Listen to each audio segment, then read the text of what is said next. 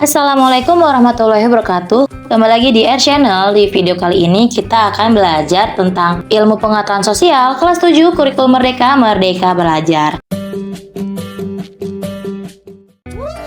Di video kali ini kita akan belajar tentang diri dan keluarga di tengah lingkungan sosial.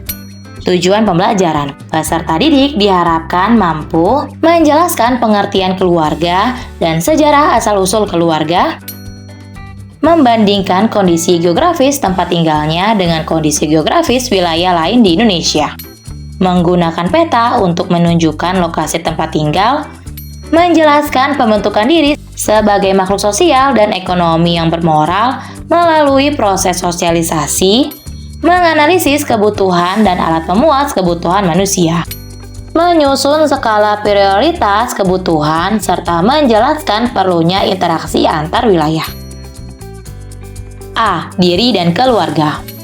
Definisi keluarga.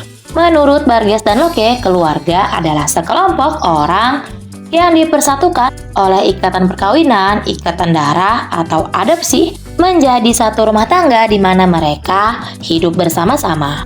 Keluarga besar merupakan ikatan keluarga yang terdiri dari beberapa generasi dan hubungan kekerabatan yang berbeda. Sementara itu, keluarga inti merupakan keluarga yang terdiri dari ayah, ibu, dan anak-anak yang belum menikah. Perhatikan gambar di atas. Sejarah keluarga dapat ditemukan dengan menjelajahi silsilah keluarga. Silsilah keluarga merupakan suatu bagan yang menunjukkan asal-usul suatu keluarga. B. Lokasi tempat tinggal. Salah satu konsep geografi yang terkait dalam ruang adalah lokasi. Lokasi mengacu pada posisi sesuatu di permukaan bumi.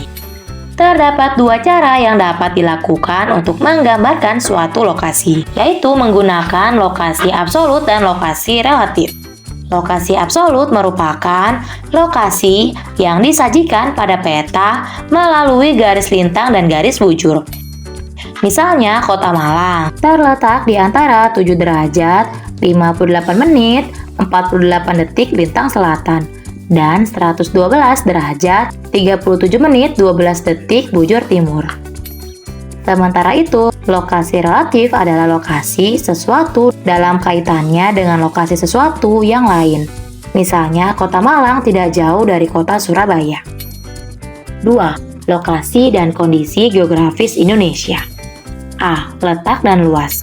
Letak wilayah Indonesia dapat dilihat dari letak astronomis, geografis, dan geologis. Letak astronomis adalah letak suatu tempat berdasarkan garis lintang dan garis bujur. Letak astronomis Indonesia ada di antara 95 derajat bujur timur sampai 141 derajat bujur timur dan 6 derajat lintang utara sampai 11 derajat lintang selatan. Sedangkan letak geografis adalah letak suatu negara dilihat dari kenyataan di permukaan bumi. Secara geografis, Indonesia terletak di antara benua Asia dan benua Australia, serta di antara Samudra Pasifik dan Samudra Hindia. Cuaca dan iklim.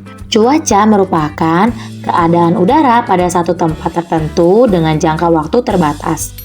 Terdapat beberapa jenis cuaca, di antaranya cuaca cerah, panas, berawan, dingin, hujan, dan berangin.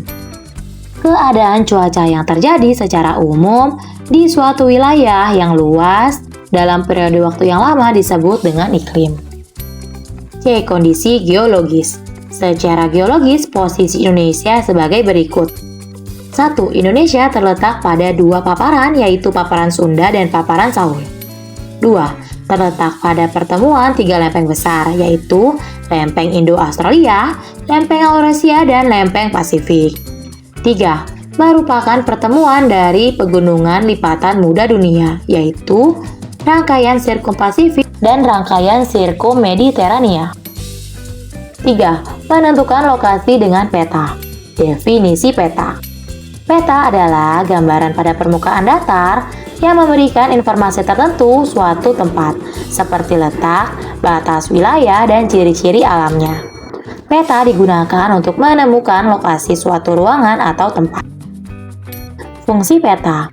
Menurut Aryono Prihandito dalam buku kartografi, membedakan fungsi peta menjadi 4. Di antaranya yaitu menunjukkan posisi atau lokasi relatif, menunjukkan jarak antar kota atau luas daerah di muka bumi, memperlihatkan bentuk atau dimensi kenampakan tertentu seperti gunung, sungai, dan benua, dan mengumpulkan dan menyeleksi data-data dari suatu daerah dan menyajikan di atas peta.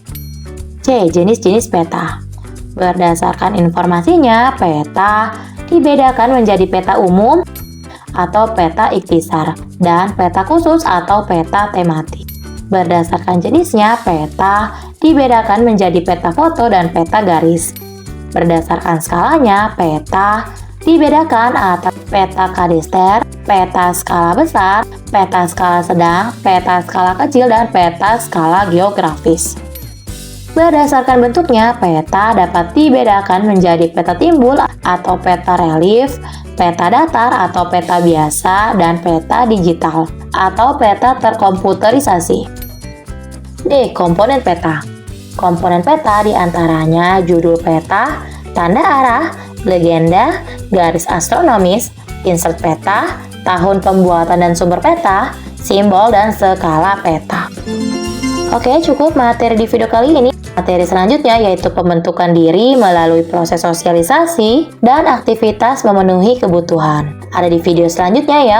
Wassalamualaikum warahmatullahi wabarakatuh. Damn.